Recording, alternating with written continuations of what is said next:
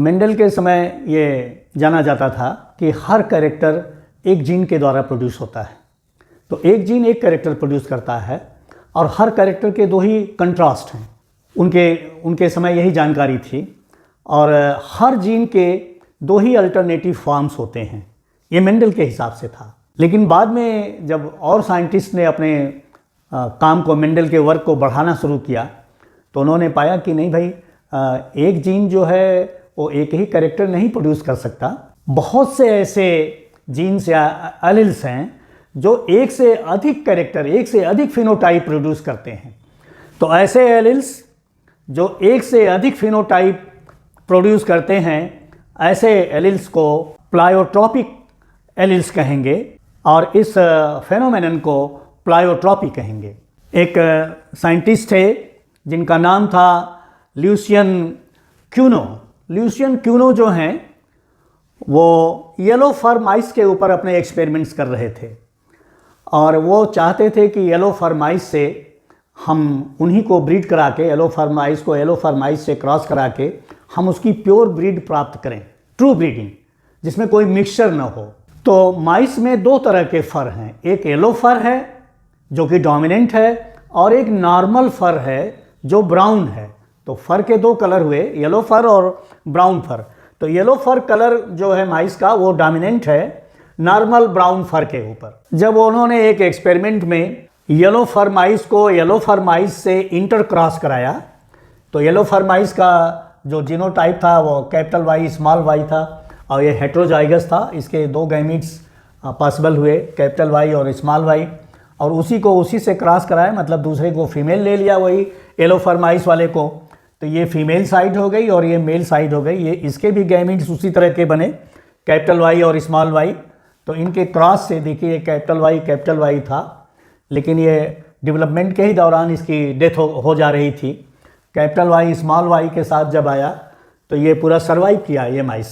इसके फर जो थे कैपिटल वाई के कारण येलो कलर के थे और ये फिर देखिए ये स्मॉल वाई इस कैपिटल वाई के साथ जब फर्टिलाइज किया तो कैपिटल वाई और स्मॉल वाई मिला।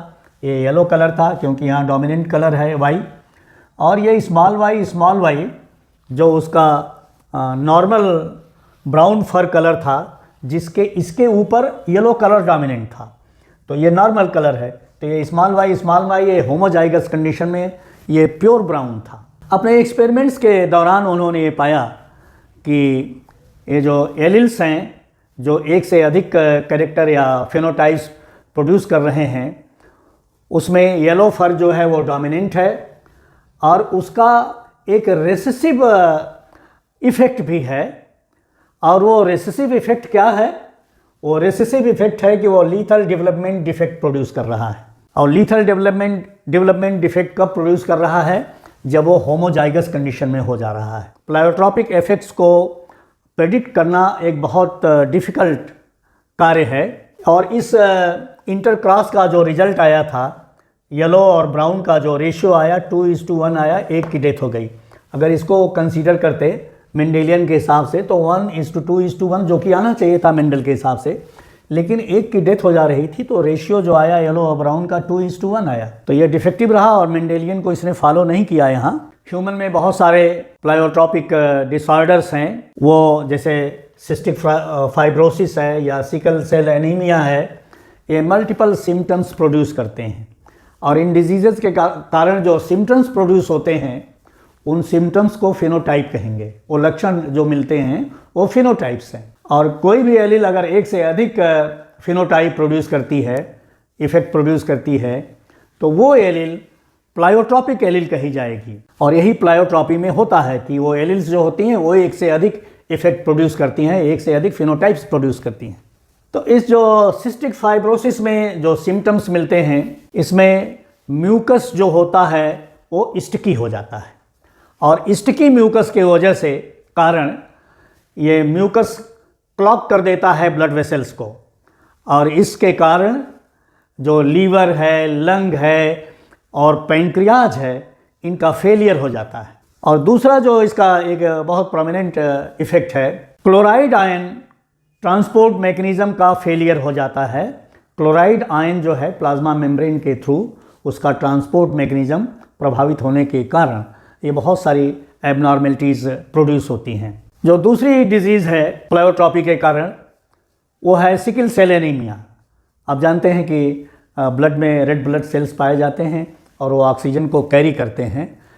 तो सिकल सेल एनीमिया में जो है ब्लड सर्कुलेशन जो है प्रभावित हो जाता है और आरबीसी रेड ब्लड सेल्स में जो हीमोग्लोबिन है वो दो चीज़ों से मिलके बना है, एक हीम है और दूसरा ग्लोबिन है।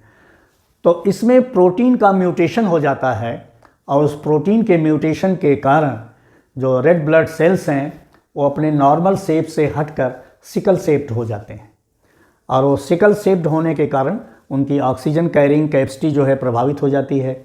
अगर ऐसे पर्सन्स ऐसे जगह पर रहें जहाँ पर ऑक्सीजन की कमी हो तो उन्हें ऑक्सीजन ट्रांसपोर्ट कराने में बहुत दिक्कत होती है। जब हेट्रोजाइगस कंडीशन में ये डिजीज़ रहती हैं, चाहे वो सिस्टिक फाइब्रोसिस हो या सिकल सेल एनीमिया हो, तब तक तो ये कैरियर के रूप में रहते हैं।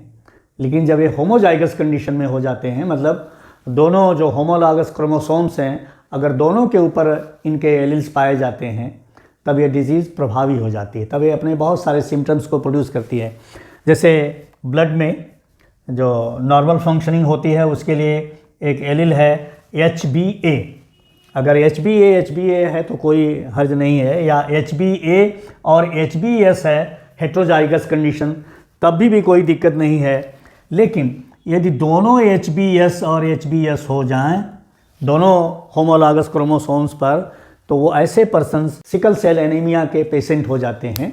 लीथल इफेक्ट जो होता है वो नॉर्मल एलील के ऊपर यदि डोमिनेंट हो जाए, ऐसा होता नहीं है। अगर लीथल इफेक्ट जो है डोमिनेंट हो जाएगा तब तो डेथ काज हो जाएगी।